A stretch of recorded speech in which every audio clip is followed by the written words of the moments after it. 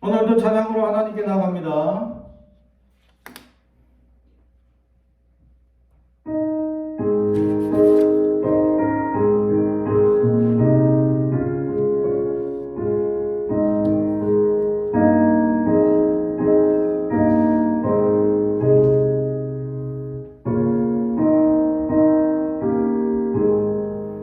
그 어린 주 예수 늘 자리여서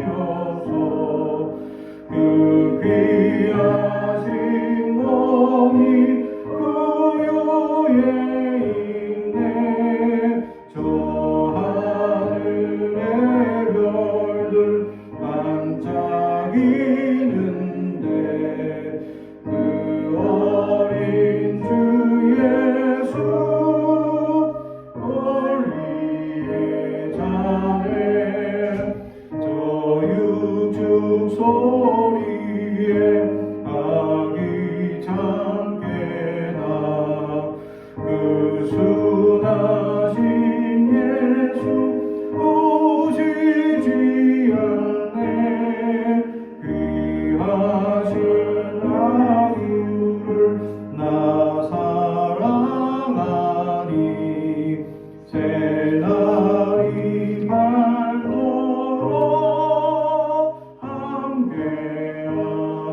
함께하소서.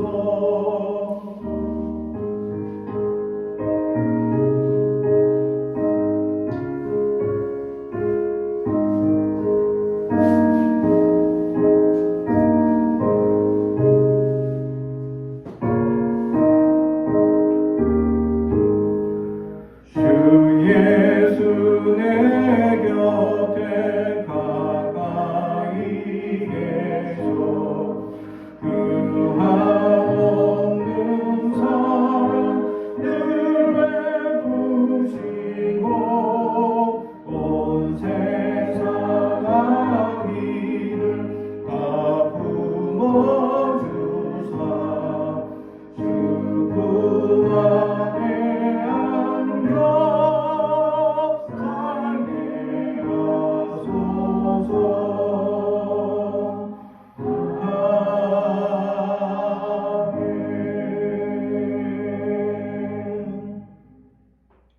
아멘. 계속해서 찬양합니다.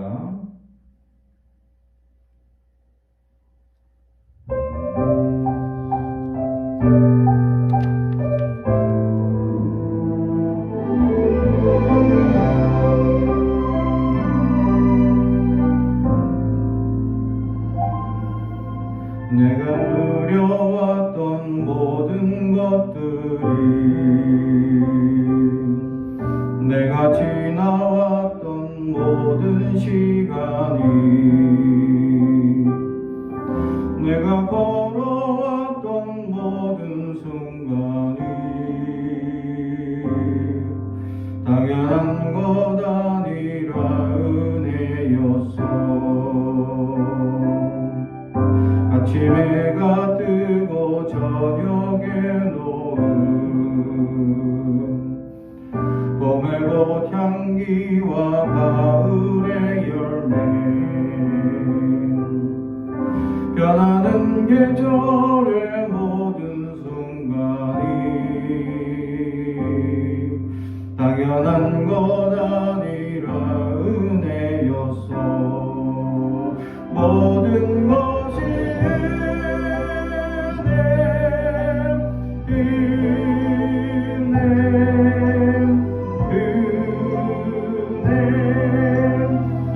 하나님의 내 삶에 당연한 것 하나도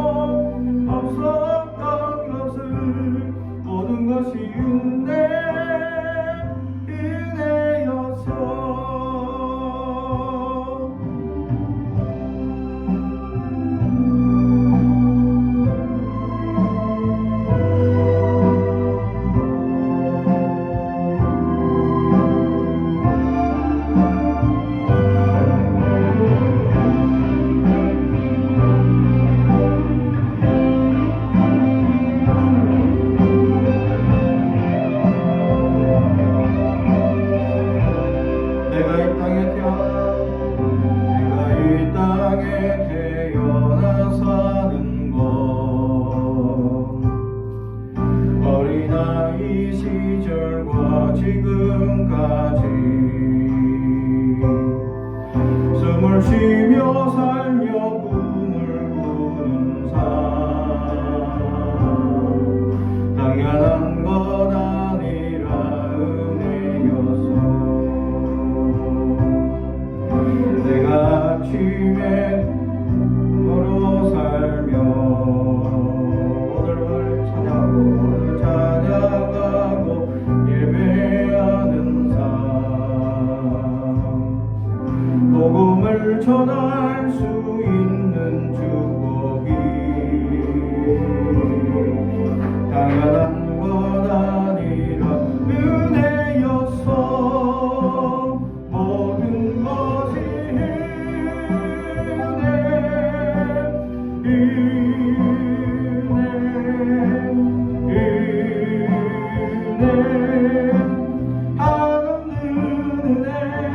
내 삶에 당연한 것 하나도 없었던 것을 모든 것이 은혜였어.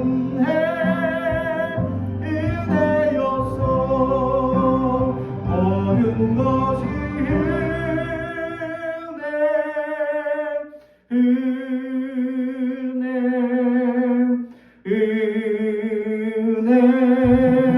한없는 은혜 내 삶에 당연한 것 하나도 없었던 것을 모든 것이 은혜였어. 은혜였어.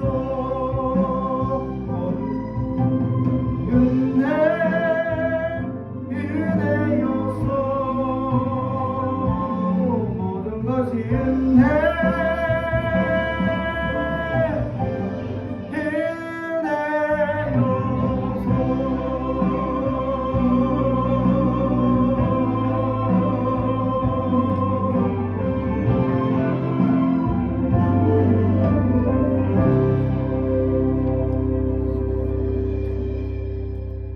아멘.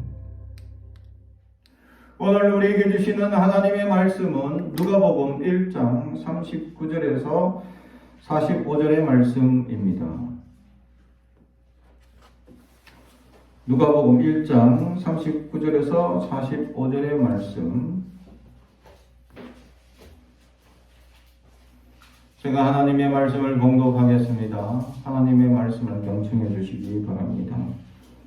이때 마리아가 일어나 빨리 산골로 가서 유대 한 동네에 이르러 사가랴의 집에 들어가 엘리사벳에게 문안하니 엘리사벳이 마리아가 문안함을 들으며 아이가 복중에서 뛰노는지라 엘리사벳이 성령의 충만함을 받아 큰 소리로 불러 이르되 여자 중에 내가 복이 있으며 내 태중의 아이도 복이 있도다.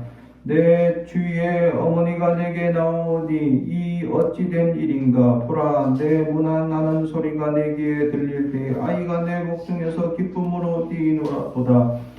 주께서 하신 말씀이 반드시 이루어지리라고 믿은 그 여자에게 복이 있도다. 마리아가 이르되 내 영혼이 주를 찬양하며 내 마음이 하나님 내 구주를 기뻐하였음은 그의 여정이 비천함을 돌보셨음이라. 보라, 이제 후로는 만세의 날을 복이 있다 일컬이리로다. 아멘. 가슴에 손을 얹고 축복의 언어합니다. 나는 하나님의 사람입니다. 축복의 사람입니다. 우리 가정은 영혼이 잘됨 같이 범사가 잘되고 강건해지는 가정입니다. 우리 교회는 번성하고 창대하게 되며 하나님의 언약이 이루어지는 교회입니다. 아멘. 오늘 말씀의 제목은 내 태중의 아이도 복이 있도다 라는 제목의 말씀으로 은혜를 나누고자 합니다. 우리가 살아가면서 어떤 사람은 정말 빨리 만나고 싶은 사람이 있고 어떤 사람은 좀 거리를 두고 싶어하는 사람들이 있습니다. 오늘 마리아가 엘리사벳이 잉태했다는 소리를 듣고 빨리 달려갑니다. 오늘 39절 이때의 마리아가 일어나 빨리 산골로 갔어. 지금 마리아도 지금 임신한 몸이죠. 이렇게 막 움직이면 안 되는 지금 시기입니다. 그런데 빨리 내려갑니다. 왜? 엘리사벳이 친족인데 이 아이가 없어 힘들어하는 얘기를 듣고 있다가 지금 아이를 가졌다 하니까 너무 기뻐서 그 기쁨을 함께 나누기 위해서 빨리 내려갑니다. 빨리 보고 싶죠. 엘리사벳과 마리아는 빨리 보고 싶은 사이다라는 사실입니다. 교회 안에 어떤 사람은 빨리 보고 싶은 사람이 있습니다. 직장에 어떤 사람은 월요일이 빨리 보고 싶은 사람이 있습니다. 근데 어떤 사람은 월요일 직장에 그 사람을 만나야 돼. 보기 싫어. 학교에서 어떤 친구들은 빨리 보고 싶은 사람들이 있습니다. 근데 어떤 친구들은 그 친구를 월요일 날 학교에 봐야 돼 하고 한숨을 쉬는 아이가 있습니다. 여러분 어떻습니까? 다른 사람들이 나를 보고 빨리 보고 싶어 하는 그런 좋은 사람입니까? 아니면 나하고 거리를 두고 싶어 하는 연약한 사람입니까? 사랑하는 성도 여러분, 빨리 보기를 청할 수 있는 은혜가 넘치는 사람들이 되길 주님의 이름으로 축복합니다. 우리가 그리스도인으로 살면서 그들에게 친절을 베풀고 그들과 하나님의 사랑을 나누고 은혜를 나누고 그들에게 하나님의 역사를 서로 증거하며 살아가는 믿음의 사람으로 살아갈 때 사람들은 빨리 보고 싶어 하겠죠. 내 삶이 거짓으로 쌓아가고 나약하고 무지하고 어리석고 내 욕심만 채워간다면 사람들은 나를 빨리 보지 않고 싶은 사람으로 만들어 갑니다. 우리는 빨리 보고 싶은 사람, 진실한 사람, 선한 사람, 믿음의 사람들이 되길 주님의 이름으로 축복합니다.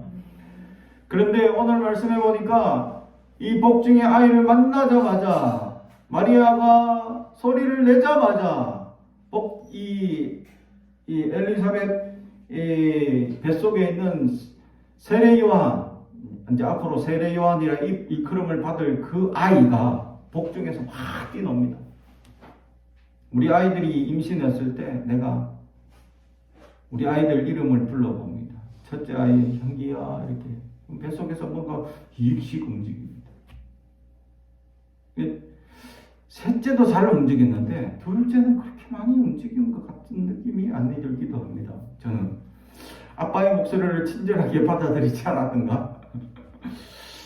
하여튼 우리 아이들은 하여튼 뱃속에서 내가 부르거나 엄마가 부르거나 목소리를 들으면 아이들이 막 태중에서 움직이는 것을 제가 봤습니다. 좋은 사람의 목소리, 정말 듣고 싶은 사람의 목소리일 때는 아이들이 기뻐서 막 움직이죠. 지금 마리아의 목소리를 듣고 태중에 엘리사벳의 태중에 있는 세례 요한이 지금 지성이 있는 상태가 아닙니다. 말귀를 알아듣는 상태가 아닙니다. 지금 본능적인 그 생존을 위한 그냥 지금 자라고 있는 그런 상태일 뿐입니다. 그런데 그 태중에서 아이가 뛰놀더라. 할렐루야. 그죠? 성령의 역사는 하나님의 은혜를 보고 하나님의 역사를 보고 하나님의 은혜가 임하는 것이 보고 임하는 것이 아니라 성령은 그냥 임하는 것입니다. 할렐루야. 마리아의 음성을 듣고 복중에 아이가 뛰노는 것을 경험하는 순간 엘리사벳은 성령의 충만함을 받았다라고 오늘 성경은 이야기하고 있습니다. 할렐루야.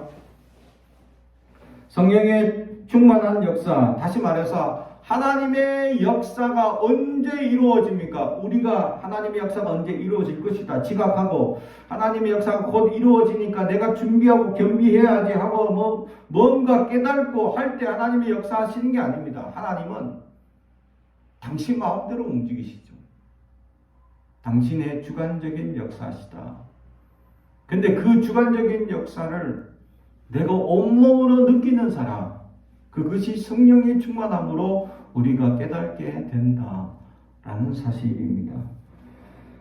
우리는 하나님의 역사를 제대로 알지 못하며 살아갈 때가 많습니다. 하나님이 어디에 우리에게 임하는지, 우리의 연약함에 쌓여 있는데도 하나님은 우리에게 찾아오십니다.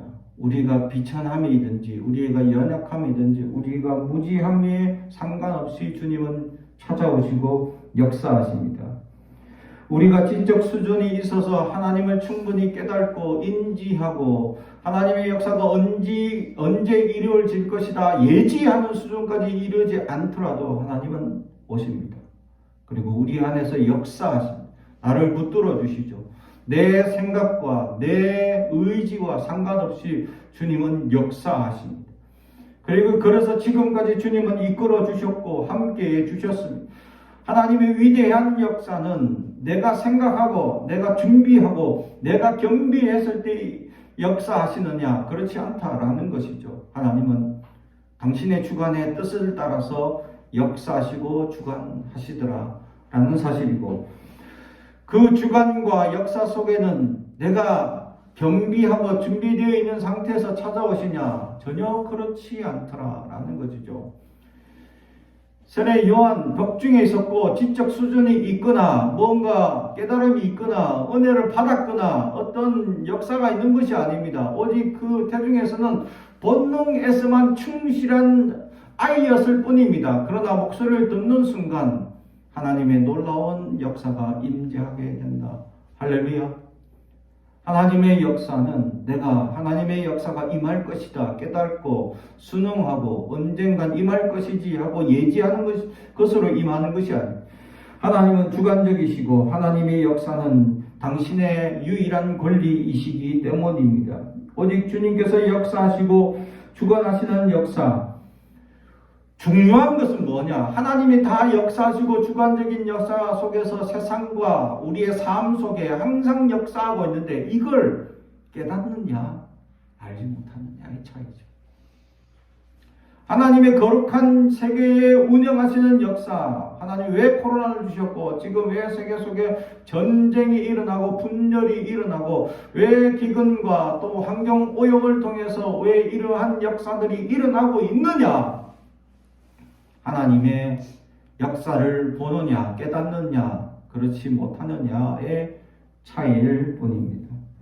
사랑하는 성도 여러분, 나는 얼마나 하나님의 역사를 깨닫고 하나님의 은혜를 깨닫고 살아가고 있습니까? 우리는 하나님의 역사가 무엇인지 어떤 역사인지 깨닫지 못하며 살아갑니다.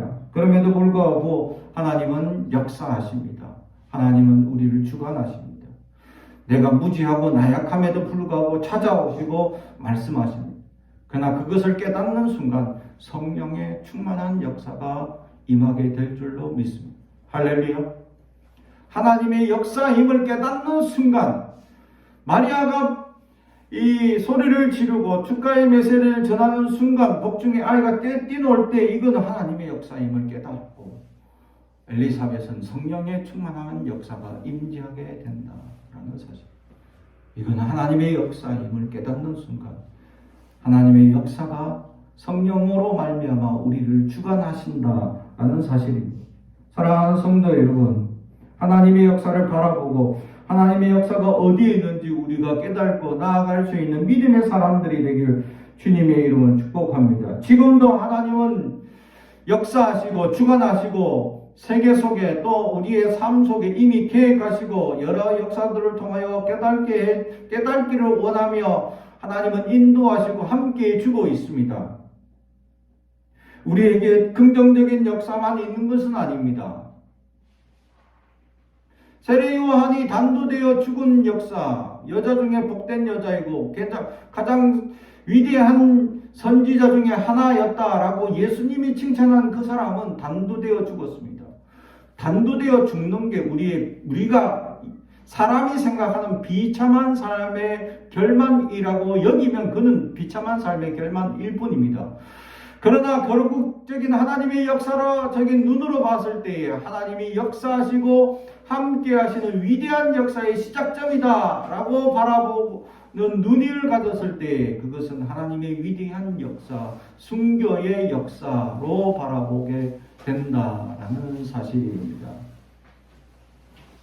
그리스도인 하나님의 역사한다고 다 좋은 일, 우리가 생각하는 좋은 것, 물질적으로 풍요롭고 명예롭고 더 좋은 것들로 우리가 생각하는 기준의 좋은 것들로 채워지는 것이 아니다라는 거죠. 하나님께서 구할 때 하물며 아들에게 좋은 것으로 주시지 않겠느냐라고 하실 때 그 좋은 것은 무엇이냐라는 거죠. 우리의 기준에 좋은 것이 아닙니다. 사람들은 흔히 그 좋은 것을 물질, 명예, 성공, 세속적인 것들로 대입해서 마치 그것을 이루어 줄 것으로 착각합니다. 그러나 세례 요한도 단두되었습니다. 위대한 선지자. 우리의 착각이 어디에 있느냐라는 거죠. 우리의 착각은 물질에 머물러 있기 때문에 착각의 연속이 이루어지고 있다라는 사실. 우리에게 주어진 물질은 우리가 하나도 없습니다. 모든 것이 하나님의 것임을 늘 인정하고 살아가야 한다라는 사실. 내가 가지고 있는 것, 지금 잠시 누리고 있는 것, 이거 다 하나님 것이다. 그런데 나에게 잠시 허락해 주셔서 위탁해 준 우리는 정직이의 삶임을 알아야 한다라는 사실이죠. 그리고 정직이는 어떻게 합니까? 주인이 맡겨주셨으니 부지런히 그것을 지혜롭게 잘 쓰면 주인이 칭찬하시겠죠. 근데 잘못 쓰면 책망하실 것이다 라는 사실. 사랑하는 성도 여러분, 여러분은 얼마나 책망의 거리로 쌓아가고 있느냐, 아니면 칭찬의 거리로 쌓아가고 있습니까? 우리가 생각하는 좋은 것의 기준이 그 기준이 아니다라는 것. 하나님의 기준을 따라 좋은 것을 주신다. 그것이 세상적으로는 가난이 될 수도 있고, 세상적으로는 성공이 되지 않을 수도 있습니다. 세상적으로는 망하는 것이 될 수 있고, 세상적으로는 죽음일 수도 있습니다. 그러나 하나님이 좋은 것으로, 하나님의 기준으로 채워 주실 것이다. 우리의 기준을 바꿔야 한다라는 것이죠. 우리가 생각하는 좋은 것의 기준을 하나님께 두며 살아가는 사람, 그것이 진정한 하나님의 사람이죠. 세상의 것의 기준을 두고 있는 사람은 세상의 사람일 뿐입니다. 그래서 창세기에 세상의 사람과 하나님의 사람이라고 구별하는 이유가 뭡니까? 하나님의 좋은 것을 기준으로 삼고 살아가는, 하나님을 품고 살아가는 하나님의 사람들이 있고, 세상의 기준, 성공, 명예, 물질만 바라보며 세상을 바라보며 살아가는 세상의 사람들은 여전히 존재하고 있다는 사실입니다. 우리는 하나님의 사람들이 되어야 할 줄로 믿습니다. 우리는 세상의 기준으로 살아가는 존재가 아닙니다. 그런데 여전히 세속적인 것들이 우리 마음에 침투해서 우리를 연약한 것에 이룹니다. 그죠? 그래서 사람들은 점점 허망한 것을 쫓아가요. 요즘 청소년들이나 또 이제 초등학생들한테 미래에 뭐가 되고 싶습니까? 라고 물어보면 옛날엔 사자가 달린 그 명칭이 1등, 2등 했습니다. 뭐 판사, 검사 뭐 이렇게. 근데 이 사자가 사라지고 어느 날부터 유튜브 부자가 1위가 됐어. 왜 그래 유튜브를 하고 싶으냐? 돈과 명예를 얻을 수 있대. 많은 사람들을 날 인정해 줍니까? 그래서 유튜브에 글을 올리거나 뭐 하나 올려가지고 사람들이 막 조회수 올라가면 좋아하는 거예요. 막. 와, 그죠? 저도 열심히 녹화해서 올리지만 조회수 없습니다. 그런데도 나도 모르게 조회수 갑자기 막 100명씩 올라가면 흥분합니다. 왜 갑자기 100명씩 나보지? 우리 교회 100명도 안 됐는데 깜짝 놀라죠. 흥분합니다. 100명에 꽂짝 흥분하는데 진짜 유튜브 하는 사람들 1000명, 10,000명씩 올라가면 얼마나 흥분되겠습니까? 그래서 사람들이 흥분해가지고 세상의 명예를 쫓고 그래서 이제 그 사람들이 조회를 하고 찾아오니까 이제 점점 돈을 벌기 시작하는 그런 것에 쫓아갑니다. 세상에 물들어가는 거죠. 그것이 우리 인생의 다가 아닙니다. 하나님이 주신 나의 꿈을 발견하고 그 꿈을 이루는 사람이 될 수 있어야 하는데 우리는 엉뚱한 기준을 쫓아 살아가고 있다라는 사실. 하나님 우리 각자에게 하나님의 역사를 심어 주셨습니다. 내가 어떤 형편이고 어떤 상황이고 어떤 역사이든지 상관없게 우리를 역사하시고 우리를 심어주셨습니다. 우리가 어떤 형편이 될 만하고 하나님의 역사가 충분히 임재할 만하고 우리가 하나님의 은혜를 충분히 받을 만한 상황에서 찾아오신 분이 아닙니다. 하나님은 우리가 연약한 중에 우리에게 찾아오셔서 당신의 복음의 씨앗을 우리에게 심어주셨습니다. 할렐루야. 그 역사가 얼마나 크고 위대한 사랑으로 살아가게 할 것이냐. 그런 사람이 세상을 변화시킵니다. 2019년에 보니까 우리나라가 이 세계에서 명품 소비율이 7위였습니다. 2022년이 되니까 명품 소비율이 3위로 올라왔습니다. 2023년 1인당 명품 소비율이 드디어 1위를 차지했습니다. 대단하지 않습니까? 1인당입니다. 이 나라 크기 인구 총 소비율로 따지면 우리나라가 한 10위 정도 됩니다. 1위는 미국이고 2위는 중국입니다. 총 소비율로 따지면.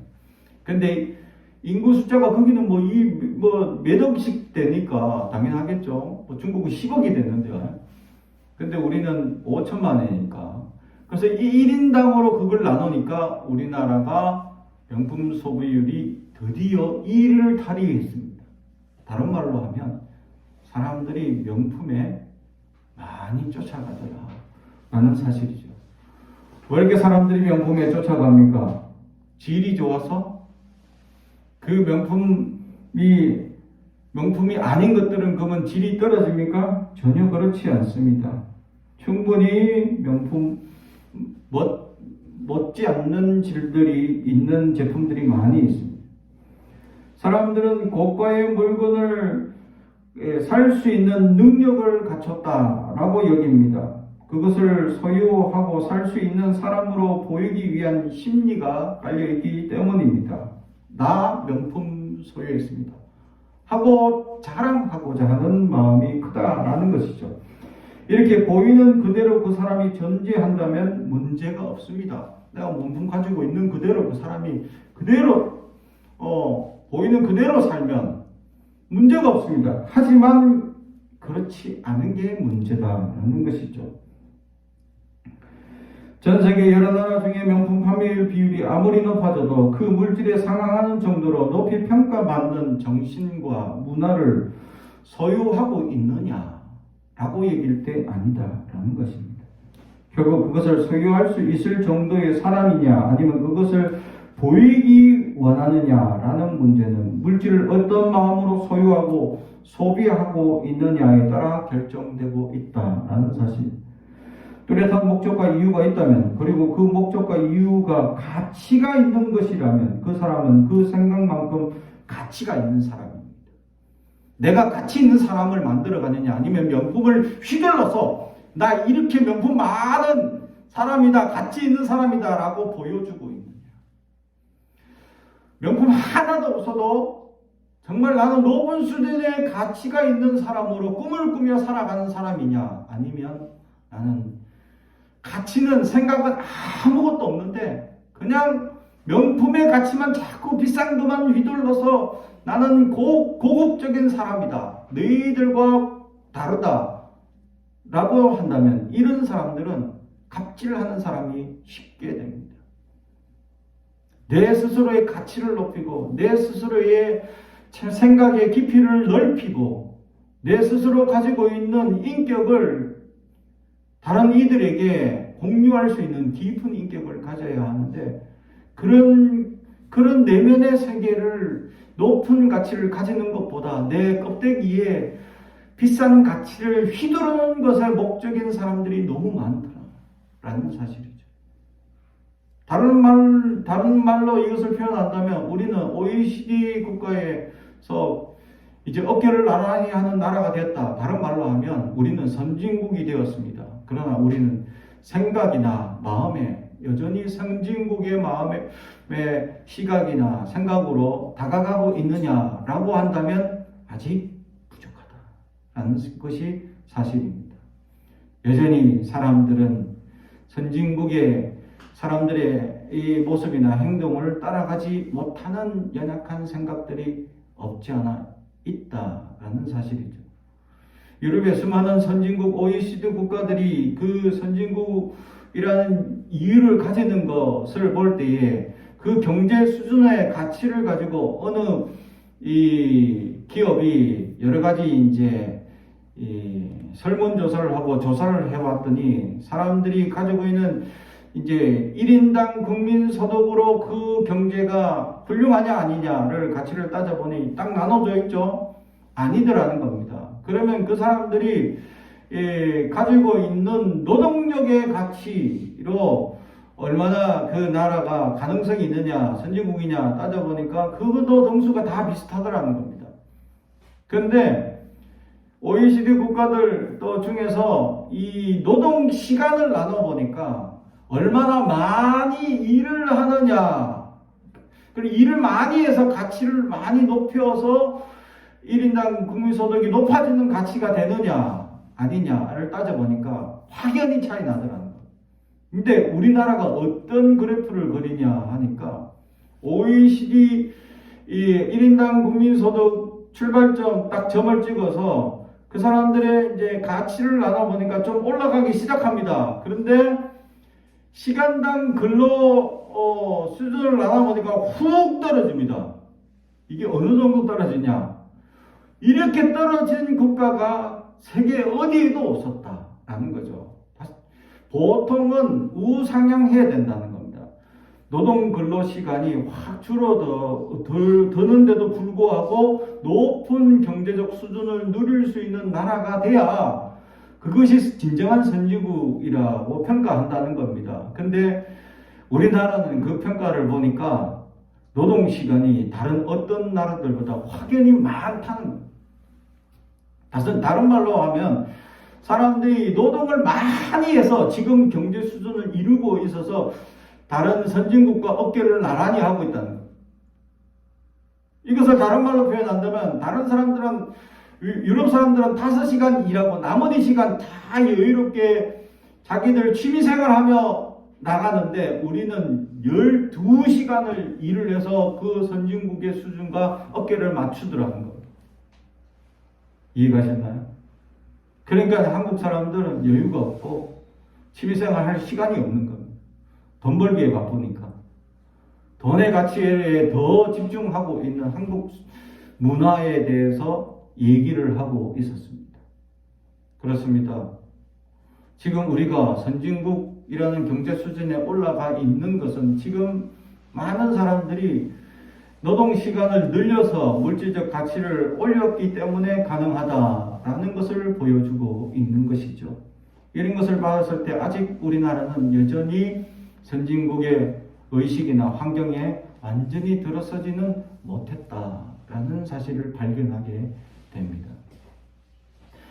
이처럼 우리나라는 여전히 나약하고 문제가 많죠. 그런데도 불구하고 세계 명품 소비율 1인당 1위가 되는 나라가 되는 참 위대한 위협을 이루었다. 다른 말로 보면 참 한심하기 그지없다 라는 표현입니다. 일을 열심히 유럽 사람들보다 2배, 3배 열심히 일해가지고 돈을 똑같이 벌어서 그걸로 명품만 사더라.